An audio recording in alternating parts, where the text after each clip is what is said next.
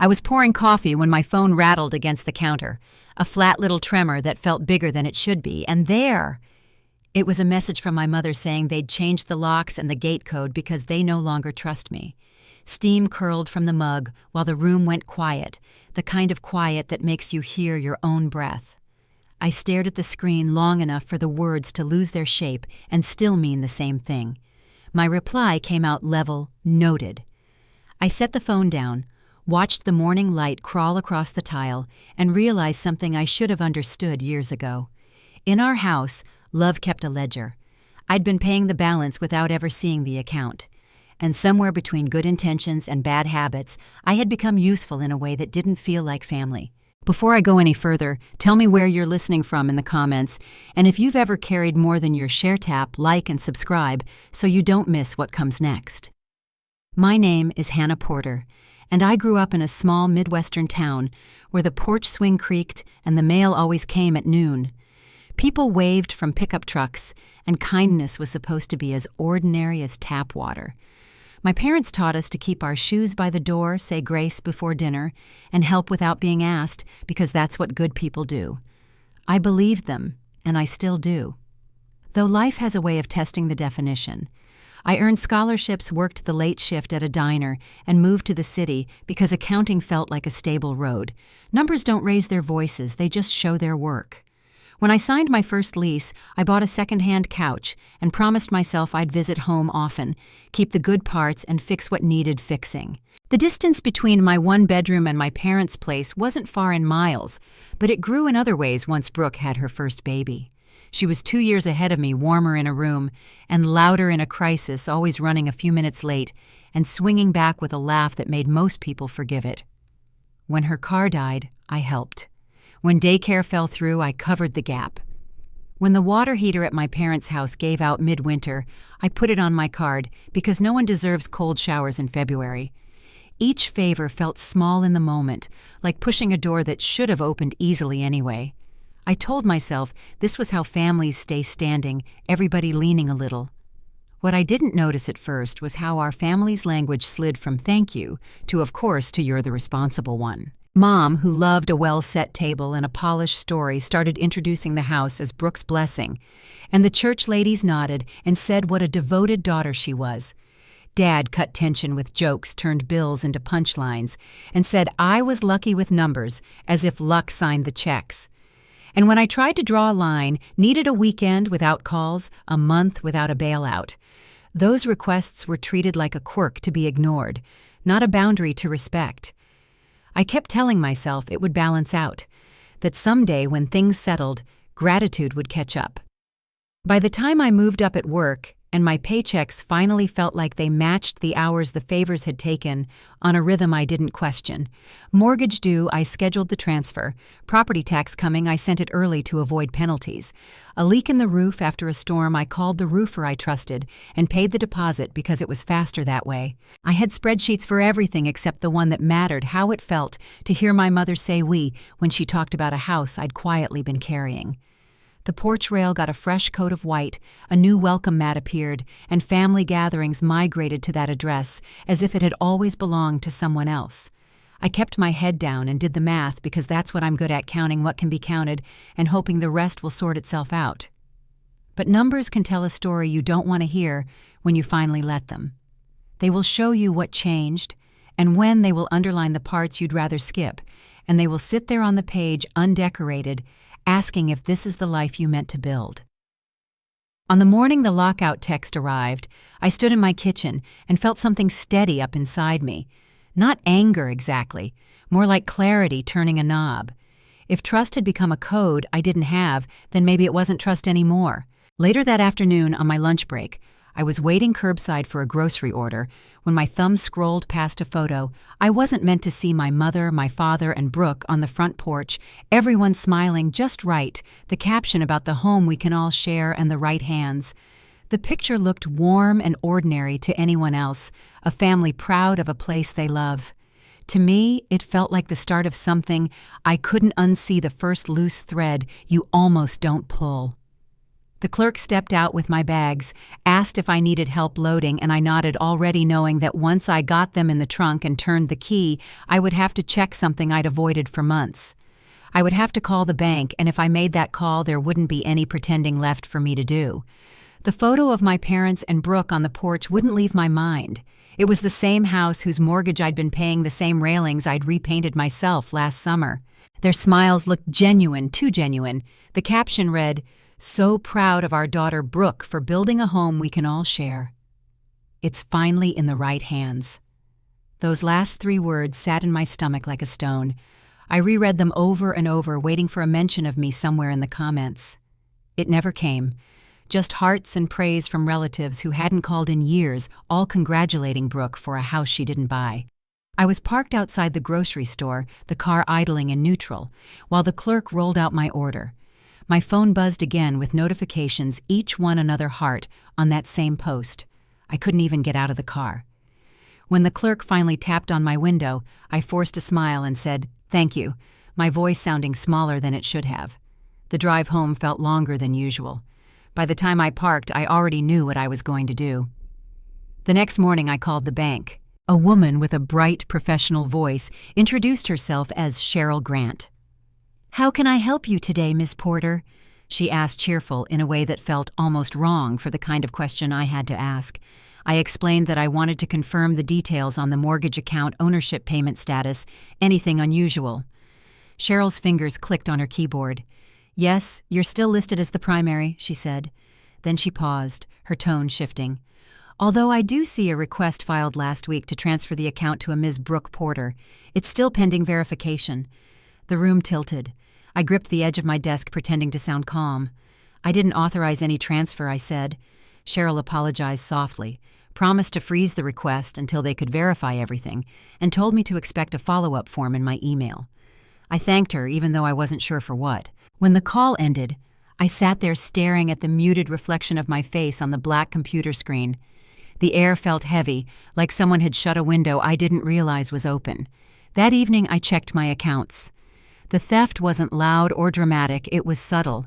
A few hundred here, 2,000 there, enough to slip past attention if you weren't looking for it. But the card numbers were familiar, the same one I'd once shared temporarily with Brooke when her bank had frozen her account.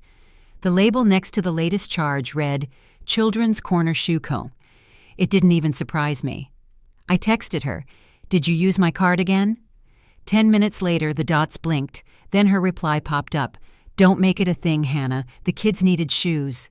We're still sharing that one, right?" We weren't. I typed back 3 times, deleting each version before settling on nothing at all. The silence said enough. A few minutes later, Mom's message appeared as if on cue. "Honey, Brooke's going through a lot right now. She said she'll pay you back. Let's not start a war over a few dollars." I stared at those words, "a few dollars," and something inside me just went still. I didn't even bother replying. That night, my phone buzzed with a notification from the family group chat I'd muted months ago. I shouldn't have looked. But curiosity can be cruel. I opened it to find a meme, a cartoon man handing over his wallet captioned, "Big Sponsor Energy." My cousin tagged me underneath. A few others joined in with jokes about loans and investors. Even Dad chimed in, "Only if you name your next cat after the bank." The messages rolled in like laughter echoing from another room. I waited for someone, anyone, to tell them to stop. No one did. I left the chat. A moment later, they added me back with a string of balloons. I left again and blocked the entire thread. The quiet that followed didn't feel petty.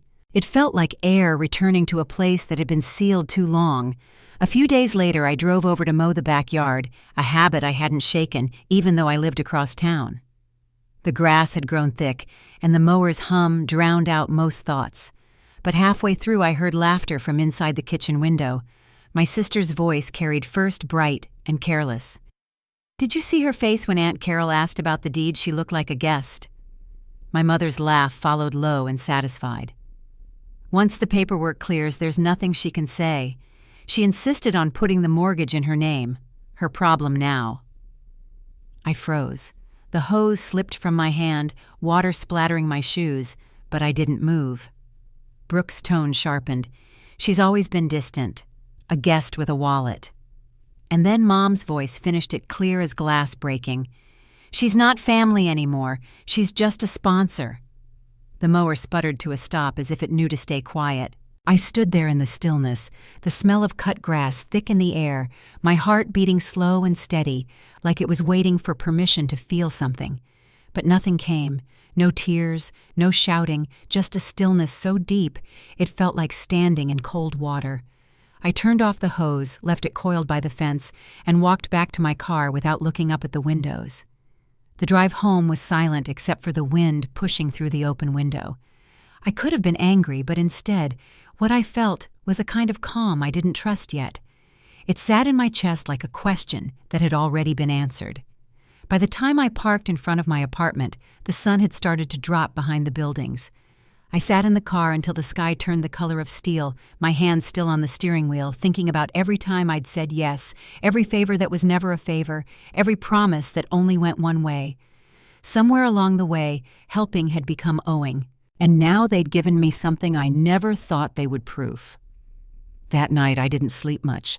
I made tea, sat at the kitchen table, and let the words, "We no longer trust you," replay in my head until they lost their sting. It wasn't betrayal anymore, it was confirmation. The locks were just a formality. The door had been closing for years. In the morning, I opened my laptop, the same one I used for work, and pulled up the automatic transfer schedule. The line at the top read, $4 to $800 monthly payment, Carson Property Mortgage. My cursor hovered over the word, active. I took a breath, then clicked cancel. The confirmation message popped up polite and final. 4 years of silence ended with a single click. I leaned back, exhaling slowly as the sunlight spread across the counter, soft and gold. There was no triumph, no guilt, just quiet. Then I opened a new spreadsheet, typed in every expense I'd covered: mortgage, property tax, roof repairs, utilities, daycare. Each entry got a date and an amount. The numbers filled the screen like a ledger finally balancing itself. When I totaled it all, the sum stared back at me, $72, $384. I printed every page, slid them into a binder, and labeled it evidence. For the first time in years, I wasn't keeping records to prove my reliability. I was keeping them to remember what I'd survived. That evening, a soft knock pulled me from my thoughts. A white envelope sat on the floor by the door. Inside was a glossy invitation trimmed in gold. "Please join us to celebrate Margaret Porter's 60th birthday." The quote beneath read, "A house is not a home without family." I laughed quietly, not bitterly, just at the irony. Then I pinned the invitation to the fridge right beside the binder of receipts and stared at them both until the meaning settled in. They'd locked me out, and I hadn't even noticed that maybe, just maybe, it was the best thing they ever did. And as I turned off the lights and headed for bed, a thought crossed my mind, steady and unshakable. The next time I walked into that house, I wouldn't be carrying a checkbook. I'd be carrying the truth. I woke before sunrise the next day, the kind of early where the sky still looks undecided. The apartment was quiet except for the hum of the refrigerator and the faint city noise coming through the window. I poured myself a cup of coffee, sat at the kitchen table, and stared at the binder I'd made the night before. The pages looked ordinary, white paper, black ink, neat columns of numbers, but they felt heavier than anything I'd carried. It wasn't the money that got to me, it was the years. Every line on those pages marked another time I'd chosen to keep the peace instead of myself. For a while, I just sat there listening to the clock tick. Then I opened my laptop again, checking the canceled mortgage transfer one more time. It still showed inactive. I closed the screen, exhaled slowly, and let that truth settle. They could change locks, gate codes, even stories, but they couldn't rewrite proof. I went through the motions of my morning routine, but everything felt quieter, slower. I showered, dressed, and headed to work, though I barely remembered the drive. At the office, I kept my head down, answered emails, filed reports. My coworkers chatted about weekend plans, their voices distant, harmless. I envied how simple their small talk sounded. By lunch, my chest felt tight, like all the noise I hadn't let out was building behind my ribs. I stepped outside with my sandwich and sat on a park bench under the same tree I always did. The city moved around me, kids running car horns, someone playing guitar down the block, but I barely noticed. All I could see was that Facebook photo again, the porch, the caption, the way my mother's smile looked like victory. I didn't cry, not even then. There wasn't room for tears, only the kind of stillness that comes when something finally breaks in a clean line instead of a jagged one. That evening I went home and made a simple dinner rice and vegetables and turned on the lamp in the corner. The light hit the walls just right, soft and golden. I used to love that hour of the day when the world felt calm enough to think. Now it just reminded me of the evenings I'd spent at my parents' house fixing leaks, organizing bills, babysitting Brooke's kids, while she ran errands that somehow lasted until midnight. I thought about all the times I'd brushed it off, told myself family means helping, even when it's not fair. Somewhere in there I'd lost track of what helping was supposed to look like. A few nights later I found myself driving past the house again. I hadn't planned to. It was muscle memory, I guess. The porch light was on, just like always. There were new flower pots by the steps, bright yellow ones that Brooke probably picked out. For a moment I almost parked. But then I noticed something small that stopped me. My name had been scratched off the mailbox label. The residue of the sticker was still there, faint and uneven, like an afterthought. I didn't get out of the car. I sat there for a long time, the engine idling until the light inside flicked off. Then I drove home with the windows down, letting the wind wash through the silence. When I got back, I took out the invitation from the fridge and turned it over in my hands. The gold edges caught the light from the street outside. It looked expensive, intentional, like something meant to be framed, not thrown away. I pinned it back up next to a small note I'd written to myself weeks earlier that said, "Pay attention." The days after that stretched out slow. The quiet between me and my family grew thicker. Brooke didn't text. Mom didn't call. Even Dad, who used to send silly memes when things got tense, stayed silent. Only Grandpa Walter reached out just a simple message. "Call me when you're ready." I didn't know what to say yet, so I didn't. But knowing he was there, steady as ever, was enough to keep me from feeling completely unanchored. Work helped fill the hours. Numbers were safe. They made sense. When I balanced someone else's books, I didn't have to think about my own. But nights were harder. Every creak in the apartment reminded me how used I'd been to noise the background hum of other people's needs. Without it, the air felt strange. Sometimes I'd catch myself reaching for the phone, half expecting another urgent message from Mom about Brooke's car or a forgotten bill.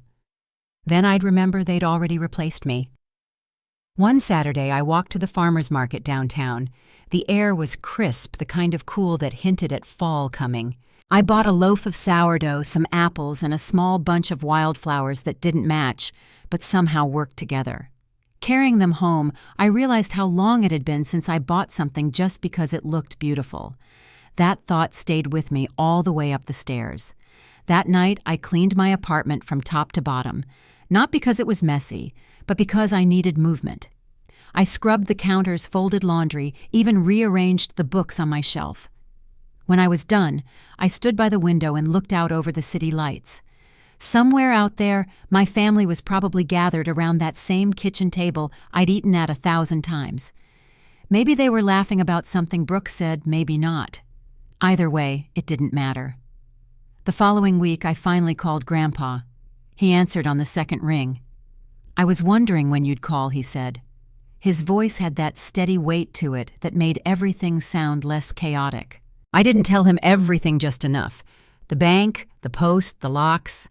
He listened without interrupting. When I finished, there was a quiet pause before he said, "You've always carried more than your share, Hannah. Sometimes setting it down looks like walking away." After that call, the silence felt different. It wasn't empty anymore. It was space. I started going for walks after dinner through the park near my building. The air smelled like cut grass and rain. I'd pass families, couples, people, walking dogs, everyone with their own story unfolding beside mine. It was grounding. I'd stop at a bench, take a deep breath, and let my thoughts wander without rushing them toward answers. By the time the week of Mom's birthday rolled around, the ache had dulled into something quieter. I still hadn't decided whether I'd go to the party, though. A part of me knew I would. Not for her, but for me. The binder was ready. The receipts were sorted. The evidence spoke louder than any speech I could write, but I didn't feel like someone preparing for revenge. I felt like someone coming up for air after being underwater too long. That night I set the binder on the table again and opened it to the first page. Every line, every dollar, every date. It was all there, proof that I hadn't imagined a thing. I closed it, gently, slid it into my bag, and left it by the door. Then I sat back down at the table, the same spot where I'd read the message that started all of this. The faint coffee ring from that morning was still visible on the counter. I traced it with my finger, almost like a habit. And as I looked around my apartment, the soft lamplight, the quiet air, the flowers on the windowsill, I realized I didn't need their house to feel at home. Still, one thought lingered, steady and deliberate. They'd spent years telling me what family meant, but now it was my turn to show them. The invitation on the fridge shimmered faintly in the light, and somewhere deep down I knew the next time I saw them, nothing would ever be the same.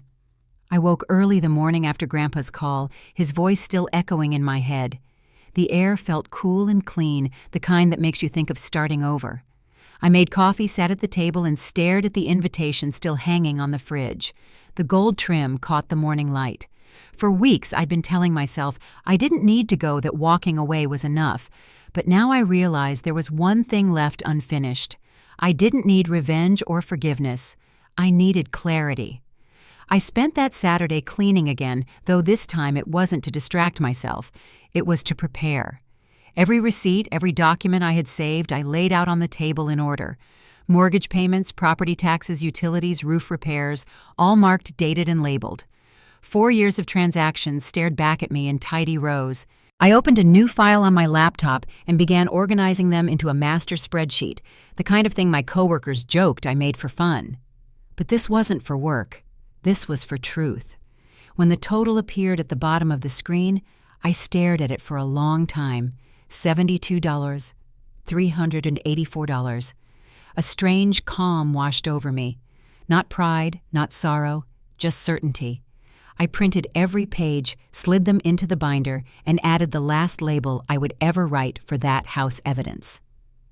That evening, as I was closing my laptop, a soft vibration pulled my attention to the phone. A message from an unknown number popped up. Delivery confirmed for Sunday 4 p.m. I frowned, unsure what it meant, until I heard the dull thud at the door. When I opened it, a white envelope lay on the floor, sealed with gold edges, just like the invitation. Inside was a smaller note written in my mother's looping handwriting.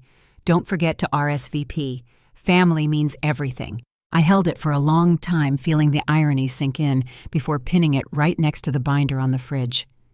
2 reminders side by side, one about family, the other about reality.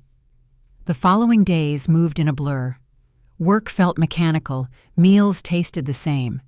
But every evening after the noise of the city faded, I'd sit with the binder open, listening to the faint whir of my ceiling fan. Sometimes I'd replay the audio file from that day in the backyard.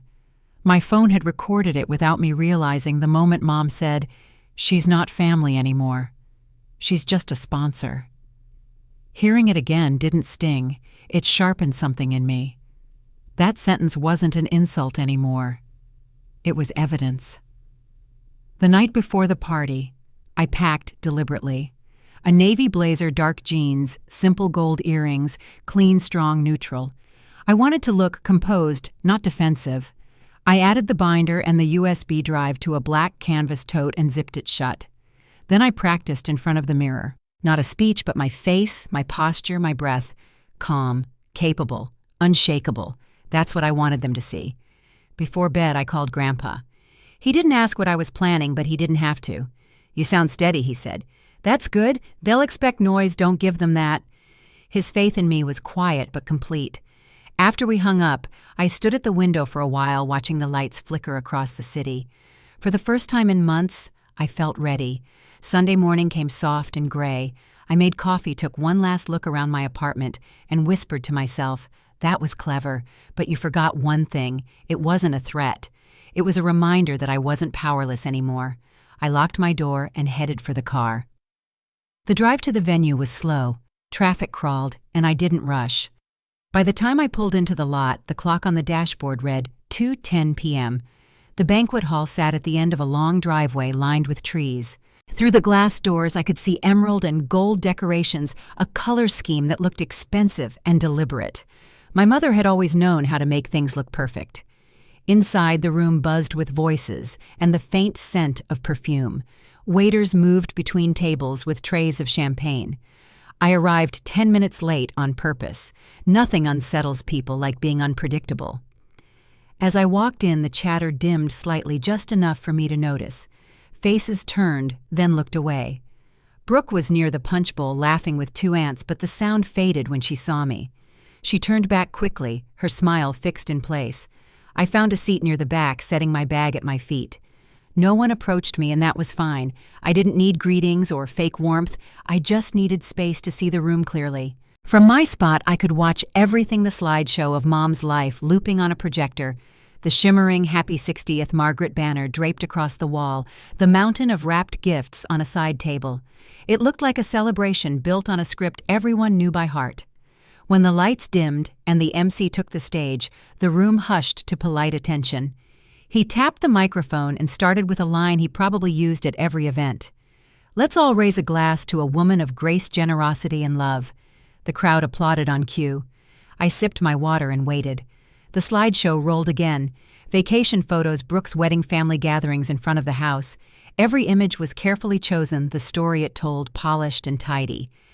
Then Mom stepped onto the stage, radiant in emerald satin, her smile wide and steady. She spoke with that practiced warmth she used at church brunches. This home, she said, was built on love and faith. It's a reminder that family always comes first. Her gaze lingered on Brooke as she added, "I'm so proud of my daughter for keeping our family legacy strong. It's in the right hands." The applause that followed was loud and comfortable, like everyone knew their lines.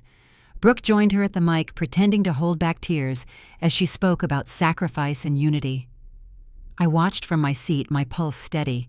Each word sounded rehearsed, another coat of paint overwrought. I waited until the applause began to fade before standing. The sound quieted faster than I expected. My chair scraped lightly against the floor, the noise carrying farther than it should have. I walked toward the stage, calm, and measured the bag in my hand. "I wasn't planning to speak tonight," I said into the microphone left unattended at the stand. My voice carried easily, clear and even. "But since we're talking about legacy, maybe we should talk about what it costs." The words hung in the air like dust in sunlight. I could feel every eye on me, some curious, others wary. My mother's smile faltered. "Hannah," she said softly, that careful tone she used when she wanted control, without confrontation. "Maybe this isn't the time. I think now works," I replied. My voice stayed calm even when my heart began to beat faster. I looked toward the projector. Could someone plug this in for me? A cousin near the laptop hesitated, then nodded and took the USB from my hand. The slideshow flickered off the screen, turning black before a new file name appeared. The hum of the projector was the only sound in the room. I didn't say another word. I just waited. What came next wasn't anger. It was clarity, finally given a voice. And though I didn't know how the night would end, I knew this, whatever came after this moment, would be mine to claim. The screen blinked, the first file ready to play. I glanced once at my mother, then back at the crowd. "Let's begin," I said quietly. And as the first sound filled the room, the celebration shifted from applause to silence. The room was quiet except for the low hum of the projector. A few guests shifted in their chairs, the clink of a glass echoing too loudly in the silence. Then the audio began to play.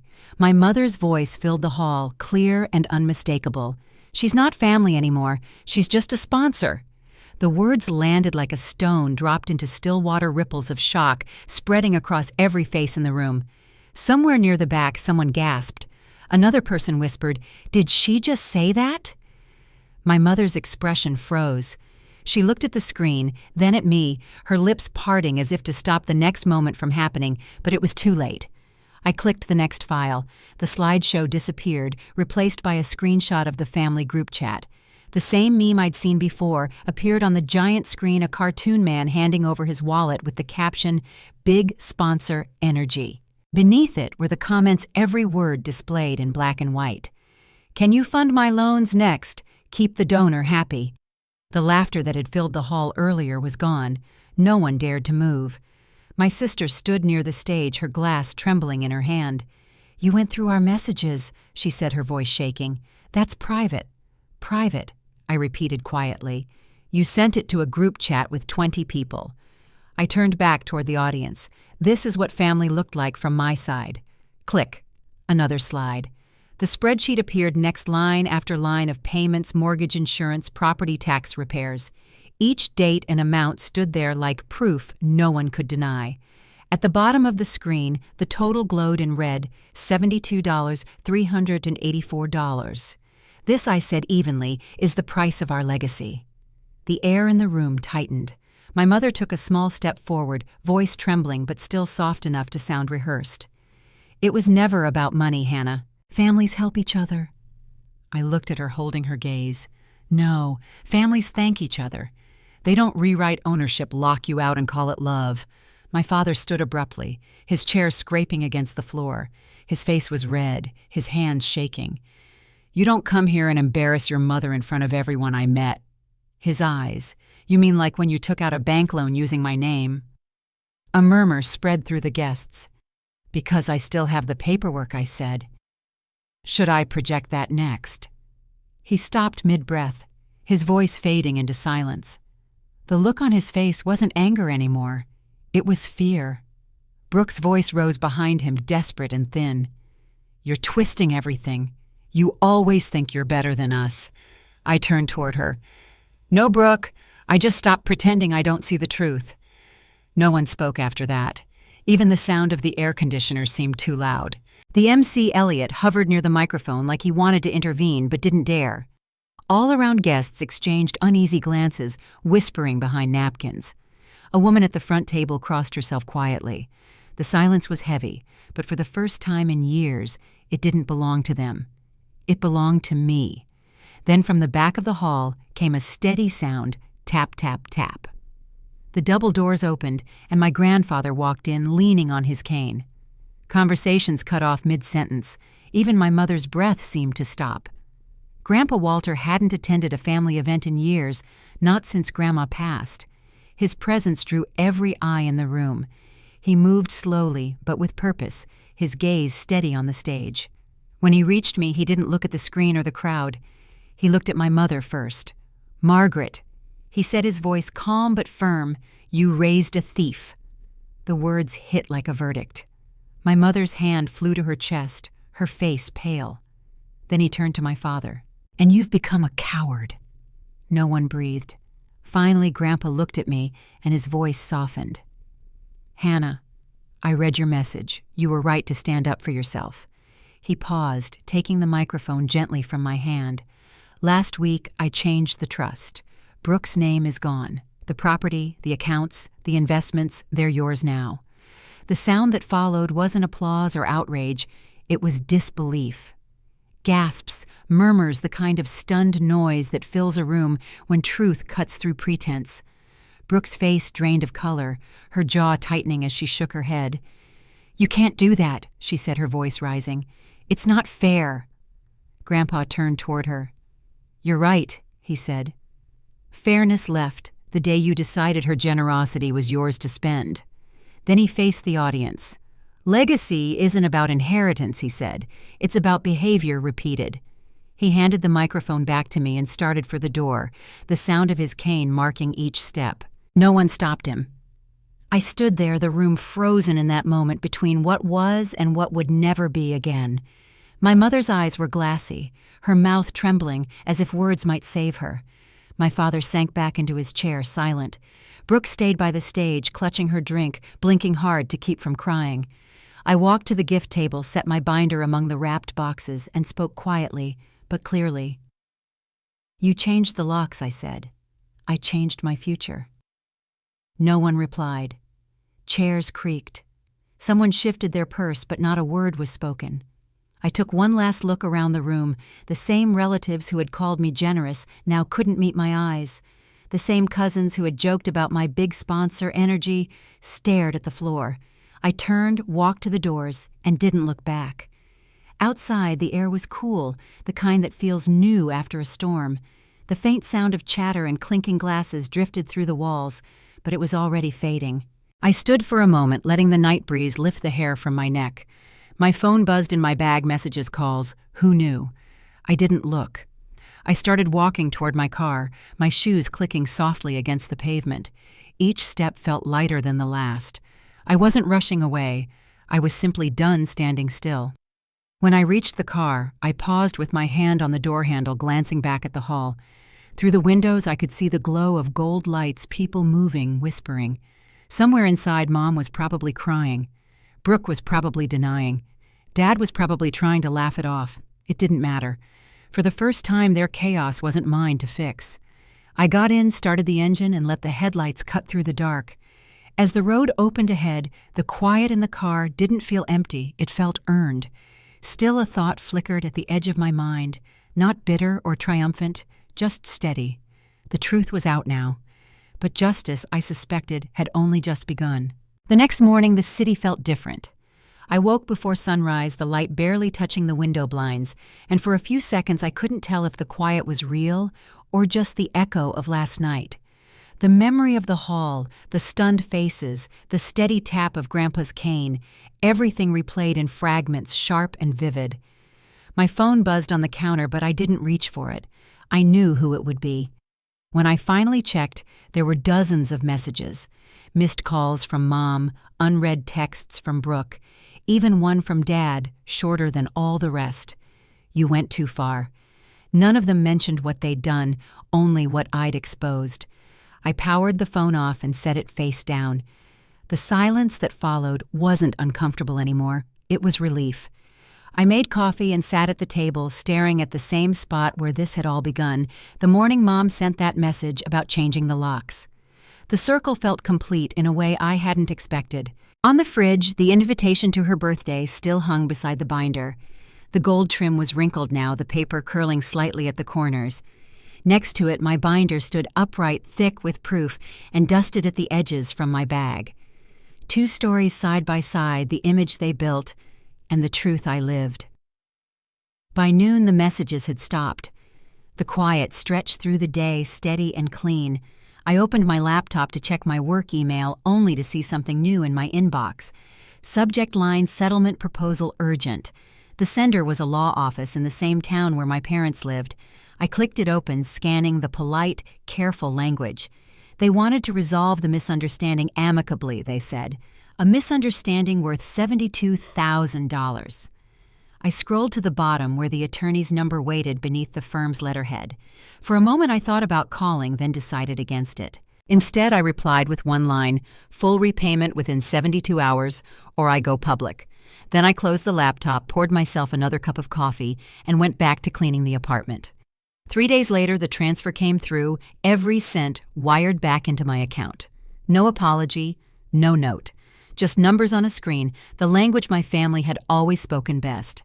I stared at the confirmation notice for a long moment before typing my reply.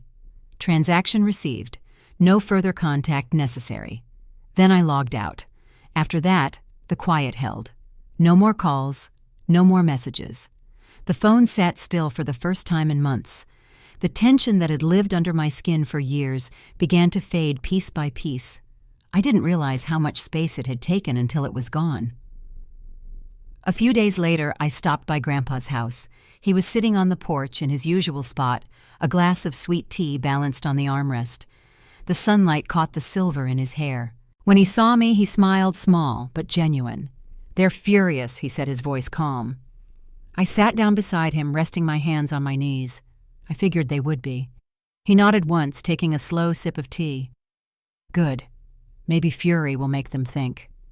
We didn't talk about the party, not in detail. He already knew everything that mattered. After a while, he said, "Forgiveness requires accountability. They haven't earned it yet." His words hung between us, quiet but solid. I nodded. There wasn't anything else to add. We sat together until the sun began to drop, the air cooling around us. The porch smelled like honeysuckle and old wood. Every few minutes he'd glance at me, the corner of his mouth lifting like he was proud without needing to say it. It had been a long time since anyone looked at me that way. When I drove home, the sky was streaked with orange and gray. The city lights came into view just as the last of the daylight slipped away. I parked outside my building, turned off the engine, and sat there in the stillness, my hands resting loosely on the wheel. The reflection of the streetlights shimmered on the windshield, soft and steady. For the first time, I didn't feel like I was holding my breath. Over the next week, life began to take on shape again. I went to work, answered calls from clients, took walks in the evenings. My apartment stayed clean, the air lighter somehow. I bought a small bouquet of daisies from the market and placed them by the window. They leaned toward the sunlight every morning, just like clockwork. One afternoon, an envelope arrived in the mail with no return address. Inside was a single photograph, the house, my old house, overgrown and empty. The grass had gone long, the porch paint peeling where sunlight hit it hardest. On the back, written in my mother's neat handwriting, were 5 words. "We miss you. Please come home." I sat at the table holding the picture, tracing the faded edge with my thumb. The handwriting was familiar, practiced the same she used for church thank you notes and grocery lists. But there was something else in it now, a kind of trembling that hadn't been there before. I folded the photo and slid it into the drawer beside the binder. Some things didn't need replies. The days that followed were quiet in a new way, one that didn't ache. Mornings started with sunlight instead of tension. I'd wake up to the smell of coffee and open windows, the sound of birds somewhere in the distance. I didn't check my phone right away. I didn't wait for anything. Peace didn't come all at once. It came in moments, a deep breath that didn't hurt, a song on the radio that made me smile the way the city looked softer in the early evening. Each one felt like a small piece of myself returning. A week later, I called Grandpa again. He picked up after the second ring, the same calm tone as always. "How's your quiet?" he asked. "It's different," I said. "But good." "That's how it starts," he said. "Not loud, just steady." We talked until the sky outside my window turned blue, the kind of blue that only shows up right before night. When we hung up, I walked out onto the balcony. The city stretched beneath me, full of light and sound, yet I felt completely still. That's when my phone buzzed again, one new message from an unknown number. I opened it, half expecting another apology that didn't mean anything. But it was just an image, the same house again, now darker, the windows reflecting the last light of day. I looked closer and noticed something small, an open front door just barely visible. The words below read, "You can always come back." I didn't respond. I set the phone down, let the message fade to black, and stepped back into my apartment. The air smelled faintly of daisies and coffee. I turned off the lights, leaving only the city glow filtering through the curtains. Home isn't a place that locks you out. It's the one that lets you breathe. As I lay in bed, the quiet felt complete, earned, not borrowed. I didn't know if they'd ever understand what I'd done or why. But for the first time, that didn't matter. Outside the city pulsed with life, steady and bright. And somewhere deep inside that quiet, I finally understood. Peace doesn't ask for permission. It arrives when you stop paying for what's already yours. It had been 3 weeks since the transfer hit my account. The house was officially mine on paper, though I didn't think of it that way anymore. It was just an address that had lost its warmth long before I stopped paying for it. Still, every time I passed through that part of town, I caught myself glancing toward it, half expecting to see movement behind the windows. I didn't stop, though. Some doors weren't meant to reopen, no matter who left them unlocked. The quiet life I'd built since then felt steady. I went to work, took walks in the park after dinner, and kept my phone on silent most days. There was something comforting about knowing peace didn't have to be loud to be real. Even the air in my apartment felt lighter now. No constant tension, no waiting for the next emergency, just stillness. Then one morning, a thick envelope arrived in the mail. The return address was from a law office different from the one that had handled the settlement. I opened it carefully, scanning through the legal language until I reached the last page. It was a formal acknowledgement that the house deed, the trust assets, and all related accounts had been transferred entirely into my name. Grandpa had made sure of it. It wasn't just symbolic anymore, it was final. That night I called him to thank him. "You don't need to thank me," he said. "I just corrected what was broken." His voice sounded stronger than usual, but I could hear the fatigue behind it. What matters now is what you do with it. We talked about small things after that, the weather, his garden, the church fundraiser coming up, but I could tell he was winding down. Before we hung up, he said something that stayed with me. Legacy isn't built by keeping what hurt you, Hannah. It's built by choosing what deserves to continue. A few days later, I decided to drive out to the property one last time. It wasn't out of nostalgia. It was to see it as it really was, no illusions, no guilt. The sky was overcast, the kind of gray that softens everything. The grass had grown tall again, brushing against the fence posts. Paint peeled from the porch railings I'd once replaced. The place looked tired but honest.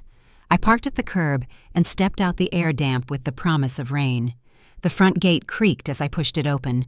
The sound echoed faintly, like it was remembering the years of comings and goings. I stood there for a moment, taking it in the white porch that had once hosted birthday candles and Christmas wreaths. The front door I hadn't walked through in months. Inside, the air was cool and still. The furniture was gone, leaving faint outlines on the carpet where couches and tables had once stood.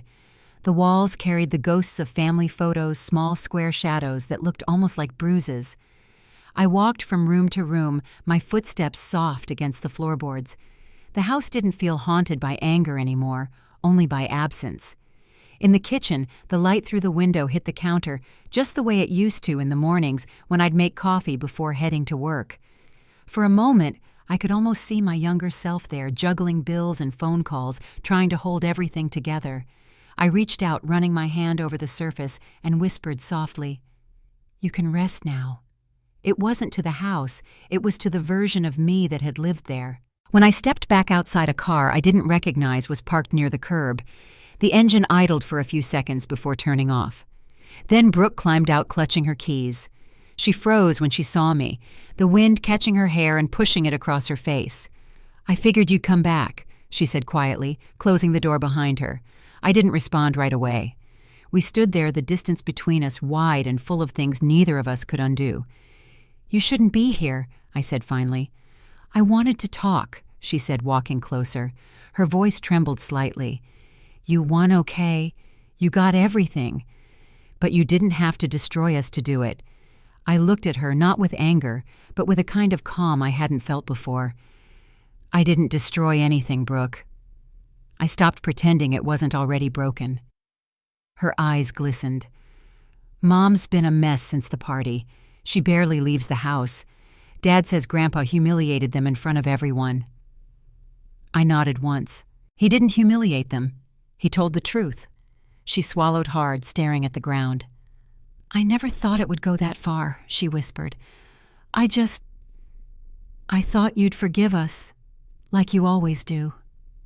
I let the words hang in the air, soft but heavy. Forgiveness had been my currency for years, spent too easily on people who treated it like small change. "I did forgive you," I said finally. "I just didn't forget what it cost." Brooke wiped her eyes with the back of her hand. "Are you really not coming back? Mom keeps hoping you will." I glanced at the house one last time, its windows reflecting the gray sky. "Home isn't a place that locks you out," I said. "It's where you can finally breathe." For a moment she didn't speak. Then she nodded, turned back toward her car, and left without another word. The sound of the engine faded until all I could hear was the wind through the tall grass. As I stood there alone, I felt something shift, quiet, final, but not painful. The house behind me was just wood and walls now. The weight it held had lifted. I walked back to my car, my shoes brushing against the gravel, and took one last look through the windshield before driving away. The road stretched ahead, lined with bare trees that swayed gently in the breeze. The rain began as a light drizzle streaking across the glass. Each mile put more distance between me and what I'd left behind, but it didn't feel like loss. It felt like space being made for something new. When I reached the highway, I turned the radio on. A soft instrumental played through the speakers, simple and steady. I kept my eyes on the horizon, where the clouds were beginning to break. For the first time in a long time, I wasn't running from anything. I was simply moving forward. Later that evening, as I pulled into my apartment's parking lot, I noticed the porch light glowing against the rain. Inside, the scent of coffee lingered from the morning. The binder still sat on the shelf, but now it looked less like evidence and more like a story that had already been told. I poured myself a cup of tea, sat by the window, and watched the storm drift east. The city lights shimmered beneath the wet sky. Somewhere out there, my family was probably trying to rebuild whatever version of peace they could find. Maybe they would. Maybe they wouldn't. But either way, I had found mine. As the clock ticked quietly on the wall, I realized the truth Grandpa had been trying to tell me all along. Justice wasn't loud. It didn't always arrive with applause or closure. Sometimes it came as stillness, the kind that lets you sit in your own home, breathe deeply, and know you never have to explain yourself again. The rain softened outside, and I leaned back in my chair watching the lights blur in the distance. Tomorrow would come like any other day, and for once, that was enough. The next morning, sunlight spilled across my kitchen table, catching the rim of the mug I hadn't yet lifted. The world outside felt quiet again. No messages, no demands, no noise trying to pull me back. Just morning light and the faint hum of traffic steady and far away. I sat there for a long time watching the steam rise and fade, realizing that peace doesn't arrive with a grand moment. It just settles in when you finally stop chasing it. Later that week, I visited Grandpa. He was sitting on his porch in his usual spot, the radio humming low beside him. The air smelled like pine and old wood. He smiled when he saw me motioning for me to sit. "You look lighter," he said. I laughed softly. "I think I am." He nodded, leaning back in his chair. "You did what was right, Hannah. Sometimes doing right leaves you lonely for a while, but that's the price of truth." His words sank in quietly, the kind of lesson that doesn't need repeating to be remembered. We talked about simple things for the next hour, the tomato plants in his garden, the neighbor's new puppy, the weather rolling in from the west. When I stood to leave, he placed his hand over mine. "Don't build walls out of what hurt you," he said. "Use it as a foundation instead." I promised I would, though I think he already knew. Driving home, I passed the old neighborhood again. The house stood there under the same wide sky, its porch empty, the curtains drawn. The lawn had been trimmed since the last time I'd seen it. Someone was taking care of it again. Maybe my parents had started to return piece by piece to their own lessons. I didn't slow down this time. I didn't need to. Some stories don't end with reconciliation. They end with release. At home, I opened my balcony door to let the cool air drift through. The city buzzed softly below, a sound that used to make me feel small, but now felt like rhythm-proof, that life keeps moving with or without permission. I poured myself a cup of tea and carried it outside, resting it on the railing as the sun began to dip behind the buildings. The light turned everything gold for a few minutes, the kind of beauty that doesn't ask to be noticed. That's when I thought about what Grandpa said, that forgiveness requires accountability. My family hadn't reached that point yet, and maybe they never would. But I had. Forgiving them didn't mean letting them back in. It meant letting go of the weight they left behind. It meant remembering who I was before I learned to measure love in obligations and balance sheets. Sometimes I still catch myself wondering if they ever talk about me at their table, if my mother regrets the words she said, or if Brooke ever thinks about that night. But those thoughts don't ache anymore. They just pass through like clouds across a steady sky. I've started volunteering at a financial literacy group on weekends, helping women who've been in the same kind of silence I once lived in, giving more than they could, apologizing for boundaries, confusing loyalty with proof of love. Watching them learn to stand tall to say no without guilt reminds me why I had to learn it myself. Maybe that's the legacy I want now, the kind that doesn't need property or signatures, just courage shared forward. The binder still sits on the top shelf of my bookcase. I haven't opened it in weeks. It's not evidence anymore. It's a reminder that I don't need to prove my worth to anyone. I earned peace the moment I stopped funding my own mistreatment. As night settled over the city, I looked out at the soft glow of the streetlights and felt the same calm I'd once thought was impossible. The kind that doesn't depend on apology or understanding, just acceptance. If there's one thing this whole story has taught me, it's that silence isn't weakness. It's not surrender. Sometimes it's the sound of reclaiming your life one breath at a time. So wherever you are listening from, I hope you find your own kind of peace. And if this story reminds you of something you've walked through, share it. Someone out there might need to hear that it's okay to let go, and that walking away isn't giving up. It's coming home to yourself.